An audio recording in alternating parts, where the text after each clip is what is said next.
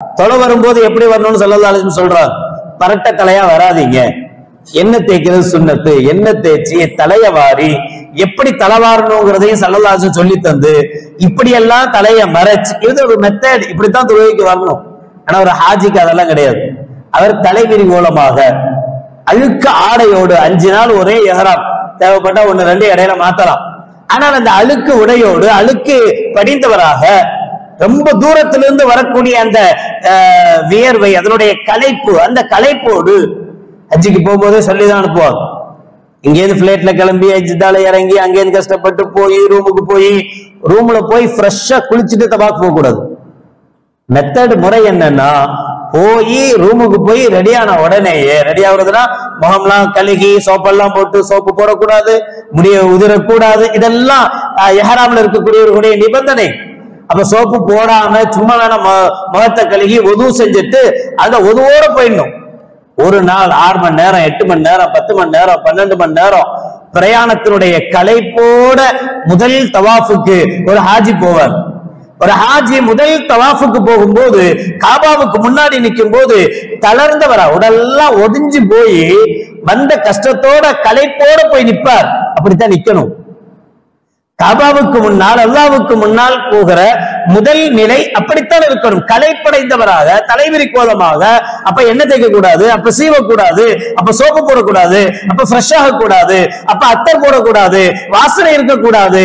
24 மணி நேரம் சஃபர் பண்ணிருக்கோம், 12 மணி நேரம் பிரயாணம் பண்ணிருக்கோம், அதனுடைய வியர்வை இருக்கு, வேர்வை துர்நாற்றம் இருக்கு. அந்த நாற்றத்தோடு தான் காபாவுக்கு போகணும்.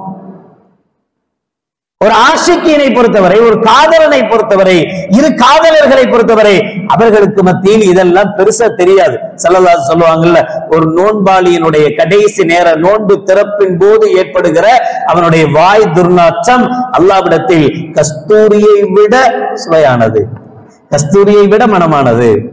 இப்ப நபிகள் நாயகம் ஸல்லல்லாஹு அலைஹி வஸல்லம் அவர்கள் சொல்கிறார், அல்லாஹ்வுக்கு உண்டான தொடர்பு. அப்படி மதீனாவுக்கு நேர் மாற்றம். மதீனாவுக்கு போய் நபிகள் நாயகம் ஸல்லல்லாஹு அலைஹி சொன்னாங்கல்ல, என்னை என்னுடைய மௌத்துக்கு பிறகு சந்திப்பவர் என்னை ஹயாத்தோடு உயிருடன் சந்திப்பவரை போல. இப்ப ஸல்லல்லாஹு அலைஹி வஸல்லம் அவர்களை மதீனாவுக்கு போய் சந்திக்க போகும்போது அவசர அவசரமா ஓடக்கூடாது. போய் ரூம்ல இறங்கி ஃப்ரெஷ் ஆகி குளிச்சு, தேவைப்பட்டா இருந்தால் புது ட்ரெஸ் போட்டு, ரசூலுல்லாஹ்வுக்கு என்ன கலர் பிடிக்குமோ அந்த வெள்ளை ட்ரெஸ் போட்டு, அத்தர்லாம் போட்டு அமைதியாக ஓடாம அடக்க ஒடுக்கமா போக வேண்டிய இடம் மதீனா. ஆனா இதுக்கு நேர் மாற்றமானது மக்கா. மக்காவை பொறுத்தவரை, காபாவை பொறுத்தவரை தொழுகையில் இருக்கிற அமைதி அங்கு இருக்காது. அங்க போன உடனேயே காபாவை பார்த்த மாத்திரத்திலேயே உண்மையான ஜாது தக்வா, அல்லாஹ்வுடைய தக்வா இருக்கக்கூடியவர், இறையச்சம் இருக்கக்கூடியவர், ஆசையோடு காபாவை நாடி சென்றவர், பிரயாணம் நினைக்காம இது ஒரு டூரிஸ்ட் அப்படின்னு நினைக்காம அதை உண்மையிலேயே அமலாக நினைத்து காபாவை பார்க்கணும் பார்க்கணும் என்கிற ஏக்கத்தோடு இருந்த ஒரு மனிதன் காபாவை பார்க்கிற முதல் பார்வை நிச்சயம் அவனை அழ வைக்கும். நிச்சயமாக அவனுடைய கண்ணில் இருந்து கண்ணீர் வர வைக்கும். அது காபாவுடைய எஃபெக்ட். சில பொருளை பார்க்க பார்க்க சலிச்சு போயிடும். ஒண்ணுக்கு மேல, ஒரு தடவைக்கு மேல திரும்ப திரும்ப பார்க்கும்போது சில பொருட்கள்ல ஆட்டோமேட்டிக்கா சலிப்பு ஏற்படுது. அட இதானே, எத்தனை தடவை கொடைக்கானல் போவீங்க, எத்தனை தடவை ஊட்டி போவீங்க. ஃபர்ஸ்ட் போகும்போது ஊட்டியை பார்த்த அந்த ஆசையும் அந்த அன்பும் அந்த பாசமும் அடுத்தடுத்து போகும்போது வருமா? அங்க அது இருக்கும், இங்க இது இருக்கும், சாதாரணமா போயிடும். காபாவுக்கு 1000 தடவை போக, 1001வது தடவை போனாலும் காபாவை பார்க்கிற முதல் பார்வை கண்ணீரை வர வைக்கும்.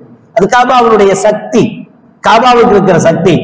அப்ப இந்த காபாவுடைய தொடர்பு, ஹஜ்ஜினுடைய தொடர்பு, அல்லாஹ்வுக்கும் நமக்கும் உண்டான இந்த தொடர்பு இருக்கிறது.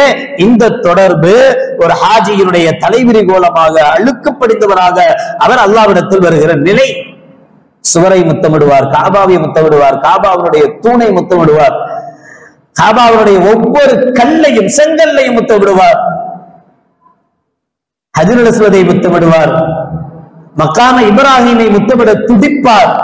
இதெல்லாம் கண்மணி நாயகம் ரசூலுல்லாஹி ஸல்லல்லாஹு அலைஹி வஸல்லம் அவர்கள் ஹஜ்ருல் அஸ்வதை முத்தமிடுகிறார்கள்.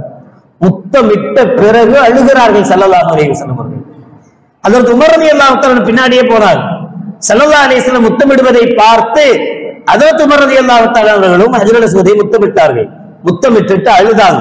அழுத போது ஸல்லல்லாஹு அலைஹி வஸல்லம் அவர்கள் சொன்ன வார்த்தை, இது கண்ணீர் சொரியும் இடம். அழுகிற இடம் இது. இது என்ன இடம்? அழுகிற இடம், கண்ணீர் வடிக்கிற இடம், அல்லாஹ்விடத்தில் கேட்கிற இடம் என்று கண்மணி நாயகம் ஸல்லல்லாஹு அலைஹி வஸல்லம் அவர்கள் ஹஜ்ரத் உமர் ரலியல்லாஹு தஆலா அவர்களுக்கு சொல்லிக் கொடுப்பார்கள். எனவே ஆசையோடு வருகிற ஒரு அமல், ஆசைப்பட்டு செய்கிற ஒரு அமல் தான் இந்த புனிதமான ஹஜ்ஜுடைய பிரயாணம்.